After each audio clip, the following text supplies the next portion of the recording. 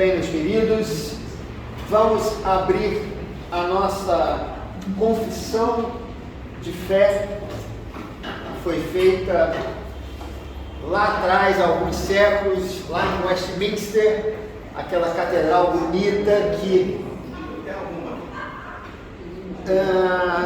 deve ter a última aqui no meu, aqui na mesa, pode pegar, é pequena, sobrou. Então, a confissão de fé de Westminster foi feita naquela bela catedral, conforme nós vimos, né, na semana passada, e a nossa doutrina, ela se baseia na confissão de fé. Na verdade, a base dela é as Escrituras. Ela é, como eu disse, um símbolo, ela é um norte, né? Quando a gente fala sobre a confissão de fé, nós estamos falando que ali nós temos um resumo de alguma coisa que é importante para nós. Em primeiro lugar, a Bíblia, né? As Escrituras, ela é a nossa única regra de fé e prática. Mas os símbolos de fé de Westminster, eles são importantes para nos dar uma espécie de um guia, né? Então é a nossa doutrina de maneira condensada. Se vocês forem ver bem o que nós temos durante esses séculos todos, é alguma coisa que nos manteve no caminho em termos doutrinários. A igreja presbiteriana não é uma igreja que mudou a sua forma de crer nesses vários séculos, isso porque exatamente existia uma referência doutrinária para que a gente mantivesse o foco. Há muitas igrejas que mudaram a forma de pensar e a igreja presbiteriana, ela se mantém da mesma maneira. Por isso ela continua sendo uma igreja sólida nesses séculos. A confissão de fé é um dos elementos que faz com que a gente tenha essa referência. E a gente estava no primeiro capítulo, na semana passada, né? No primeiro tópico da confissão, e eu queria que vocês abrissem aí para que a gente pudesse novamente ler. Nós vamos falar um pouco sobre ela, né? Que é a Escritura Sagrada, o primeiro capítulo que é referente à Escritura Sagrada, ok? Então, o texto está aqui no rodapé, mas você está sem a confissão. A gente vai providenciar algumas mais aqui para a igreja. Eu mandei mensagem para o rapaz da editora presbiteriana, mas ele não me retornou, só me retornou na sexta-feira já, 4h30 da tarde, não tinha como resolver mais nada nesse horário. Então, ok? Mas você pode abrir, Elisa, tem na internet, tem a confissão de fé, aí já você pode seguir por ali. Na internet a gente tem gratuitamente, tá? Se vocês quiserem também, não precisa comprar, é só acompanhar ali pela internet. Muito bem, vamos ler esse primeiro tópico, esse primeiro parágrafo, que diz o seguinte: ainda que a luz da natureza e as obras da criação e da providência manifestam de tal modo a bondade, a sabedoria e o poder de Deus, que os homens ficam inexcusáveis, todavia não são suficientes para dar aquele conhecimento de Deus e de sua vontade necessária à salvação.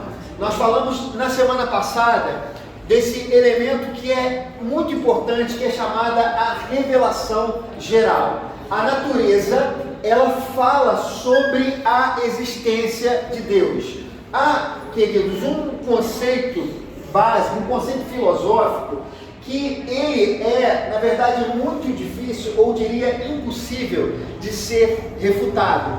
Isso porque, quando nós falamos sobre a existência desse universo, nós não podemos dizer que o universo ele é eterno, porque nós vivemos no tempo. O tempo ele tem passado, presente e futuro. Ele teve um início e ele vai ter um fim. Então isso é algo importante. Quando nós olhamos para essa natureza, quando a gente olha para esse universo, melhor dizendo, nós sabemos que esse universo, ele teve que ter um começo, né?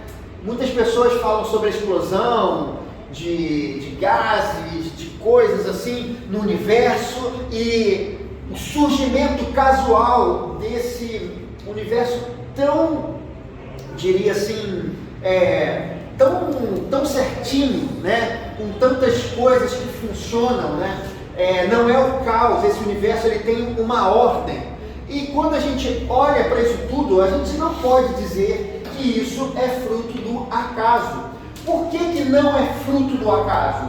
Porque o acaso, ele não pode criar um universo. É impossível que esse universo tenha existido ou tenha passado a existir a partir de uma explosão aleatória. Queridos, não dá para acreditar nisso. É impossível.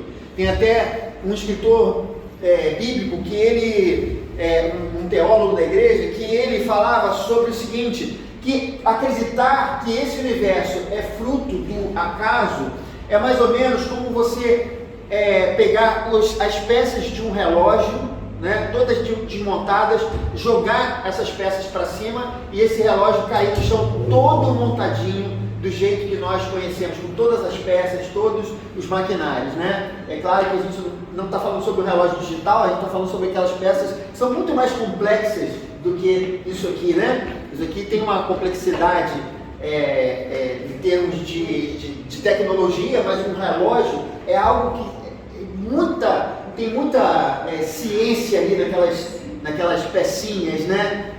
Que vão se encontrando e vão marcando o tempo. Então imagina, se isso é impossível de acontecer com peças de um relógio, imagina esse universo, ele ser simplesmente fruto de uma explosão aleatória, e de repente isso se tornou dessa maneira. O que nós vemos através da natureza é que Deus existe. É impossível que exista o mundo, o universo, sem que haja um Criador. E esse é um ponto importante. Porém, queridos, esse universo não nos fala sobre várias coisas que são importantes. Eu falei na semana passada que o homem, desde que ele saiu da presença de Deus, ele perdeu a capacidade de discernir Deus. Ele não consegue ver Deus, ele não consegue tocar em Deus. Quando o homem foi criado, a Bíblia diz que havia um contato direto entre Deus e o homem, naquele trecho de Gênesis que fala que todas as tardes Deus passeava pelo jardim e ali havia uma comunhão entre Deus e o homem. Isso antes do pecado.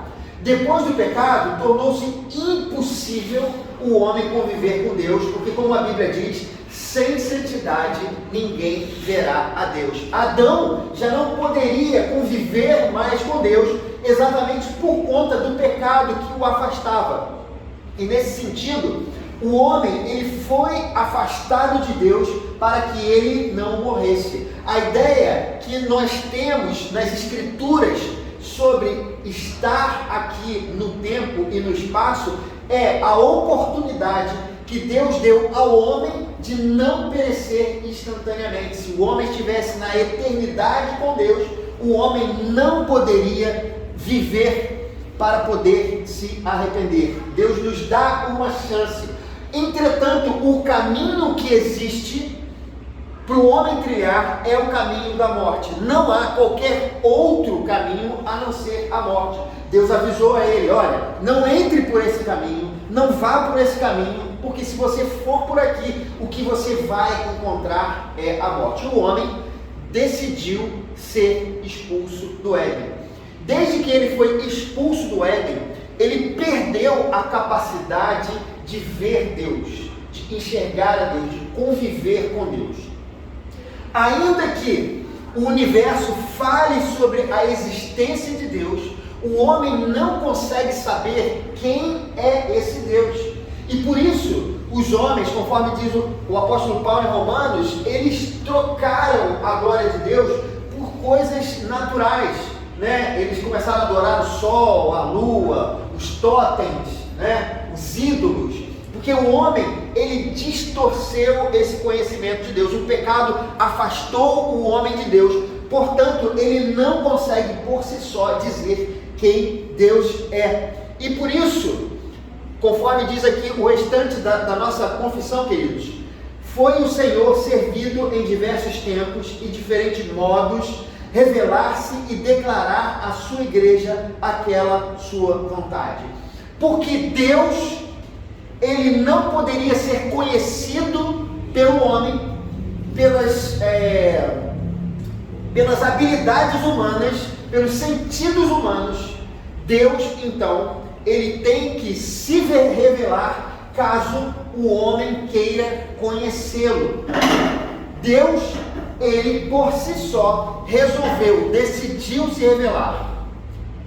Por isso que é bem estranho, queridos, quando algumas pessoas nos falam sobre religião, nos dizem como vai ser a eternidade, se a gente morre, se a gente volta num ciclo de reencarnação, ou se a gente se transforma numa espécie de força que se junta a esse universo. A pergunta é: como o ser humano, por si só, ele tem capacidade de discernir o que há para além dessa vida? Se o homem tem limitações com relação a esse mundo, como ele pode falar sobre coisas referentes ao universo? E para que nós conhecêssemos o que há para além dos nossos sentidos, foi necessário que o próprio Deus dissesse para nós quem ele era, quem nós somos, qual é o sentido da vida. Nada disso, pela intuição humana, seria capaz de acontecer. Alguém pode, dizer: não, o universo é assim, a vida é assim, o mundo espiritual é daquela e daquela maneira. E você pergunta: como essa pessoa sabe?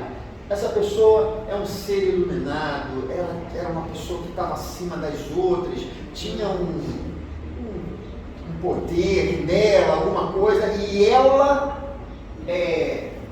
nos disse como é.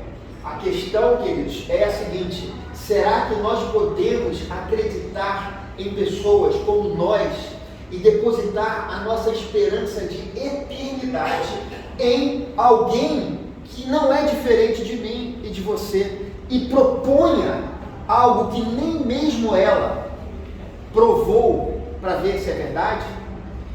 Quando a gente fala sobre o Evangelho, a gente está falando de alguém que se disse filho de Deus. Tudo bem, qualquer pessoa pode dizer isso,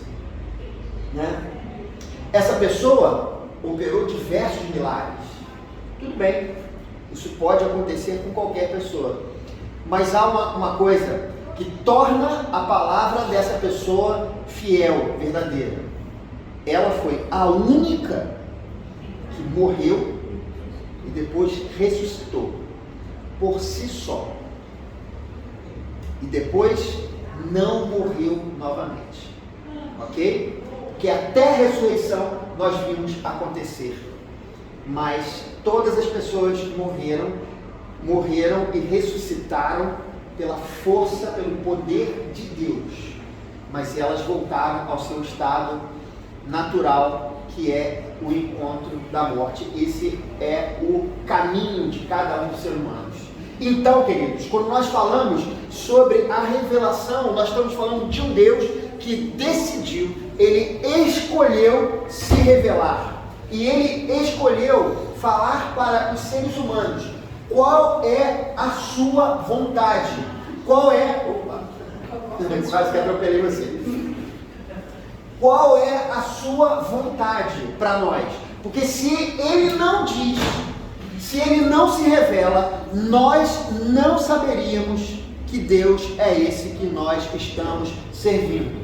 A nossa situação não seria diferente daquelas pessoas que constroem ídolos ou adoram o poder do sol, porque o sol é poderoso, ou a beleza da lua, ou vento, ou trovão, ou qualquer outra coisa. Nós estaríamos em pé de igualdade com essas pessoas.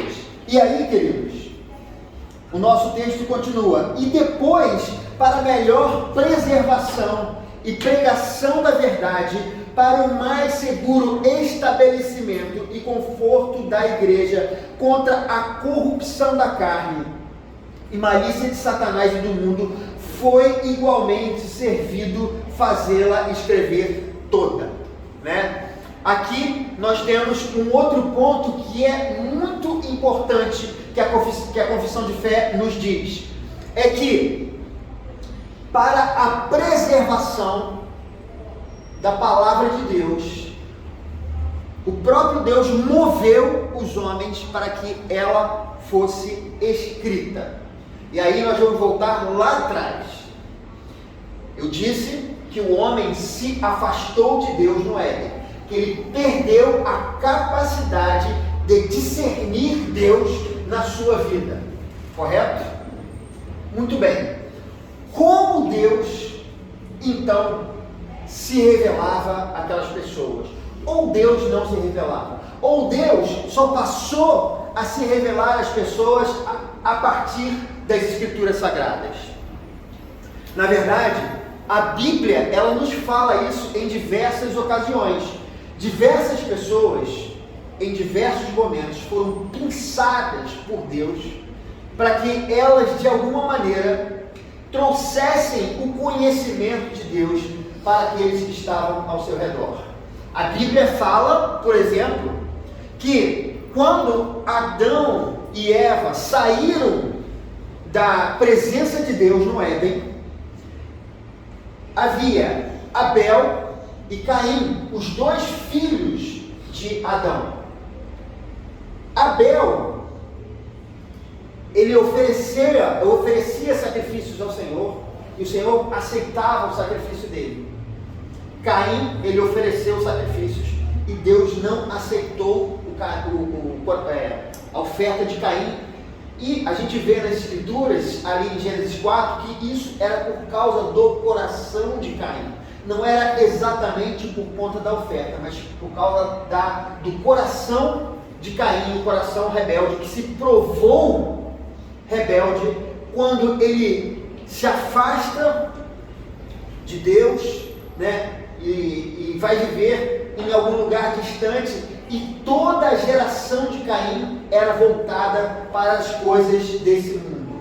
A geração de Caim criou ferramentas, instrumentos, eles eram focados nessa vida. E aí acontece o seguinte: a geração de Abel não existe mais, o que tem é a geração de Caim, voltada para essa vida.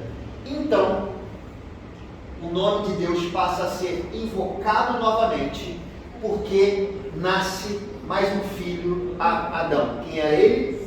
Sete. E o nome de Deus voltou a ser invocado. Nós temos duas gerações na face da terra nesse instante. Nós temos a geração de Caim e nós temos a geração de Abel. Uma voltada para essa terra e a outra voltada para Deus. A outra tinha o conhecimento de Deus. E aí essas gerações se misturaram novamente. E o mundo voltou a ficar tão perverso como foi na época de Caim até a descendência de Lameque. E novamente a perversidade continuou. Mas Deus, ele pinça uma pessoa. E Deus se revela a essa pessoa. Quem era essa pessoa? Noé. Vejam, Deus pensou Sete. Deus pensou Noé. Mais à frente, em Gênesis 12, depois que a geração de Noé deu errado e a humanidade chegou naquele ponto da Torre de Babel, onde havia a confusão, né? O caos estava novamente instalado no planeta Terra, Deus faz alguma coisa. Deus chama uma pessoa. Quem era essa pessoa? Abraão. E Deus se revela a Abraão. Abraão, o contexto dele era o contexto onde as pessoas viviam o politeísmo, né? Naquele momento em que o homem se afastou de Deus, lá na Torre de Babel, o que havia era uma grande confusão. Os homens, eles já não tinham o conhecimento de Deus necessário, e por isso Deus usou aquele homem e se revelou a ele. Essa revelação, ela, na vida de Abraão, ela foi progressiva. Deus foi se mostrando a Abraão. A ideia que nós temos ali exatamente nas Escrituras ela vai nos mostrando como Deus foi se apresentando à humanidade. Antes ele pensava determinadas pessoas, mas o problema, como a gente viu tanto ali em Sete, nós vimos em Noé, e nós vimos em outras situações também, que eu não vou entrar aqui para a gente não criar muita confusão, mas Melquisedeque ali, a cidade de Jerusalém, né, a cidade de paz que ele vivia, também tem a ver com isso, mas vamos deixar isso para lá. O que Deus fazia era pensar e trazer uma revelação a aquelas pessoas que estavam em volta desses que nós chamamos de patriarcas, que recebiam a revelação da parte de Deus. O grande problema, a grande questão é que até Abraão existia digamos assim, eu vou usar um termo, uma pedra no sapato da revelação. Vocês sabem aquela brincadeira, telefone sem fio, vocês conhecem, né? Como é essa brincadeira? Alguém pode me explicar? Enquanto eu bebo uma água aqui. Você coloca várias pessoas e você dá a mensagem para a primeira e essa primeira vai passando para as outras. Sempre, nunca o que é dito no final é o que foi dito na primeira vez. Exatamente. Porque há uma série de questões que acontecem nessa comunicação entre uma pessoa e outra. A pessoa pode não ter uma dicção muito boa, a pessoa pode não ter uma memória muito boa. Se alguém falar um texto grande para repetir para o meu celular, eu vou repetir 2 ou 3 palavras, né? Porque eu não vou conseguir repetir. Várias coisas podem acontecer entre o criador da mensagem, né, e aquele último receptor, né? Então vai passando de pessoa em pessoa e essa mensagem ela vai mudando. Isso não era diferente no momento em que o Senhor se revelava e a revelação ia sendo transmitida oralmente para as pessoas. Ela ia se perdendo e os homens iam se afastando de Deus. O que Deus fez foi, de alguma forma, ele decidiu se revelar através de Abraão, mas não é apenas uma revelação qualquer. Essa revelação que Deus faz através da vida de Abraão tem um objetivo: revelar Deus de maneira clara e definitiva para o mundo através de Jesus Cristo. Esse era o intuito de Deus. Mas para que isso fosse possível, para que esse telefone sem fio não continuasse durante aqueles milênios que Deus iria fazer esse processo de revelação, Deus então ele se utiliza de uma ferramenta maravilhosa criada pelo ser humano, que foi a escrita, né? A escrita mudou a história da humanidade. Nós sabemos coisas que aconteceram há 5.000 anos porque elas foram redigidas, né? Então isso é algo interessante. E naquele momento, Deus passou a transmitir a sua... falar um pouco de si, se revelar a Abraão, e fez com que aquele processo de revelação que começava nele e seguia durante toda a sua vida e depois na vida dos seus filhos, né? E na vida do seu neto e depois na vida de toda a nação de Israel, Deus foi fazendo com que essa história fosse sendo como é que fala, gente? Registrada, obrigado. Essa história fosse sendo registrada. isso como parte da revelação de Deus. Então, Deus estava se mostrando, mas não como das outras vezes, que era algo transitório. Deus estava definitivamente dizendo quem Ele era. E num processo progressivo até que chegasse a revelação máxima, que é Jesus Cristo. Ele é a imagem do Deus invisível. O que nós vemos em Deus, na verdade, está em Jesus Cristo. Aquilo que não pode ser vista pelo homem, nós conseguimos ver em Jesus Cristo. E isso, só abrindo parênteses, né, queridos?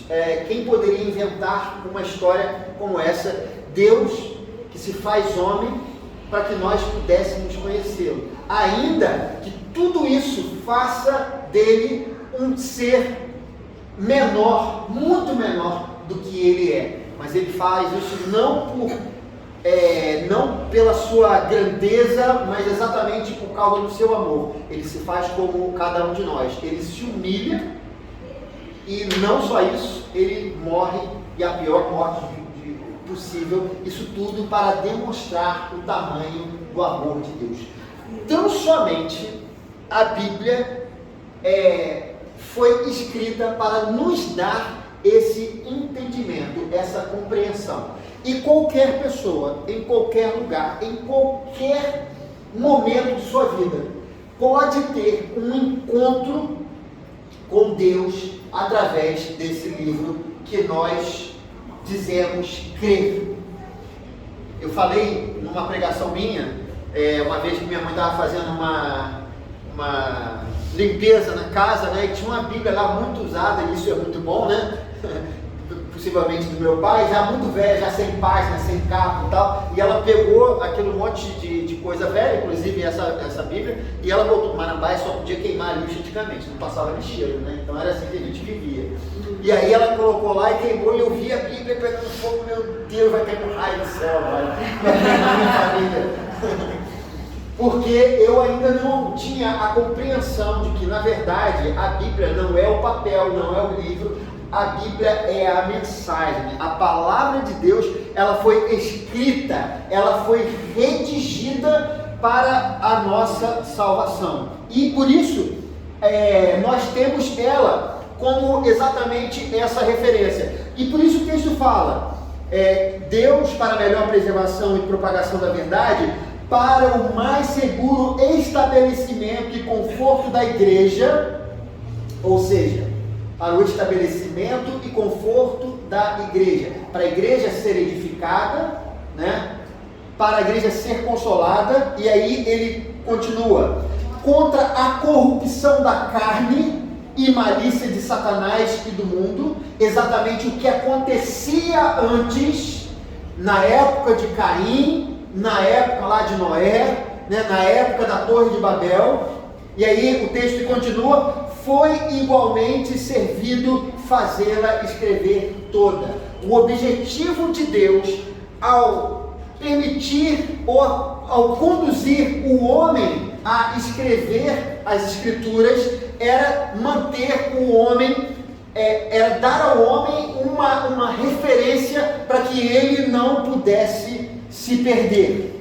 Então foi esse o objetivo de Deus. E o texto continua, isso torna a escritura sagrada indispensável, tendo cessado aqueles antigos modos de Deus revelar a sua vontade ao seu povo. Aqui a gente vai falar duas coisas interessantes.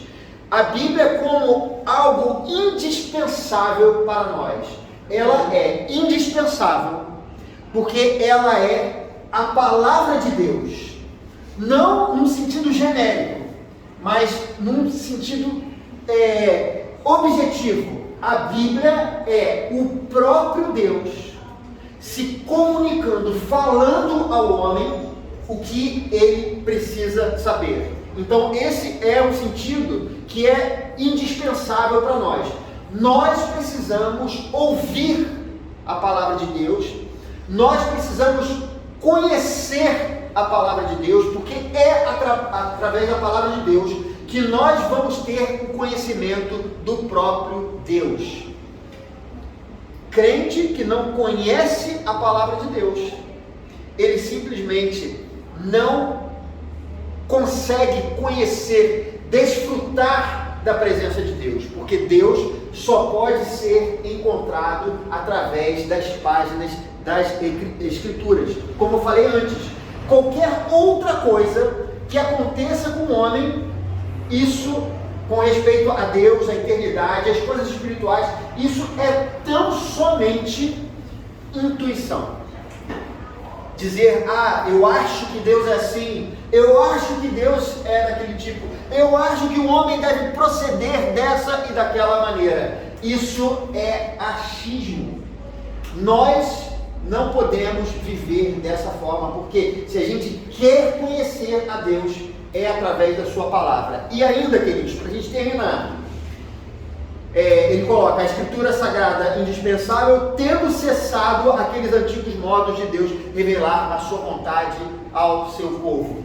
Ou seja, o que nós precisamos saber a respeito de Deus, nós encontramos na Bíblia, tão somente nas Escrituras. Não adianta a gente imaginar que hoje alguém vai chegar para nós e vai dizer, olha, eu recebi aqui uma revelação, e agora a minha revelação é que a Igreja de Jesus Cristo comece a colocar a viver um novo momento nas igrejas. Nós vamos começar a matar cabritos de volta. Nós vamos fazer de novo esse tipo de coisa. Mas por que você disse? Porque Deus me revelou num sonho. Deus falou comigo. Eu vi muitos cabritos com a cabeça cortada, sangue espirrando para todo lado. E por isso, Deus me falou que nós precisamos voltar a cortar a cabeça dos animais. Queridos, a revelação máxima está em Jesus Cristo. Deus não tem mais nada a dizer a seu respeito. Isso por quê? Porque Deus é muito maior do que a nossa capacidade de compreendê-lo. Portanto, o que nós precisamos saber sobre Deus está nas Escrituras e nada mais. Tem gente que às vezes fica tentando, por exemplo, Gênesis, né? Mas como é que é esse negócio de Caim, Abel? E aí Caim vai para uma terra distante, e aí lá ele forma uma família, mas como? Queridos, a Bíblia não está interessada em responder os comos. A Bíblia está interessada em responder os porquês.